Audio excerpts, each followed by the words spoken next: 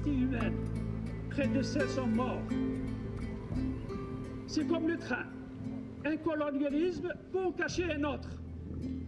La dictature militaire qui s'est installée à Alger a procédé à une épuration politique de tous les nationalistes kabyles en les assassinant, en les emprisonnant ou en les exilant.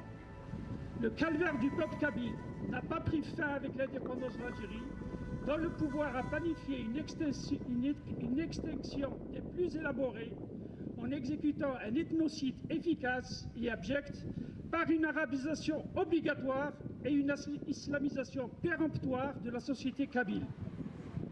Conscient de ce danger, la Kabylie a refusé de se soumettre pour ne pas disparaître, et c'est ainsi qu'elle a continué le combat pour la survie de son identité, de sa culture et de sa langue. Après les troubles de 1980, qui a vu les animateurs du printemps berbère tous arrêtés et mis en prison, il y a eu en 2001 un massacre de 128 jeunes manifestants kabyles et dont les auteurs de cette tuerie n'ont jamais été quittés par la justice algérienne.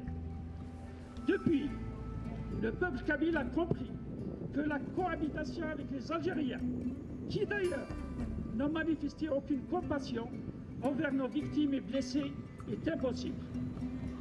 Le mouvement pour l'autodétermination de la Kabylie est la voix de ce peuple meurtri et qui aspire à édifier un État démocratique en conformité avec le droit international qui permet à chaque peuple de disposer de son avenir. Le peuple kabyle adhère dans sa majorité à ce projet et le démontre à chaque fois que l'occasion lui est donnée par le rejet des élections algériennes ou autres événements sociaux, culturels ou commémoratifs. Rejet total des élections algériennes par la Kabylie. Les Kabyles, acquis aux idéaux démocratiques, ont de tout temps boycotté les fausses élections algériennes que le pouvoir organise pour donner une illusion démocratique aux chefs d'État étrangers. Il est passé expert dans la manipulation des élections et des résultats qu'il décide bien avant que le vote ne soit réalisé par la répartition des sièges au Parlement aux partis alliés ou aux partis d'opposition amis. Cette pseudo-mécanique démocratique à la sauce algérienne, à laquelle la Kabylie n'a jamais donné sa caution, s'est vérifiée de manière éclatante lors des 3 dernières élections algériennes.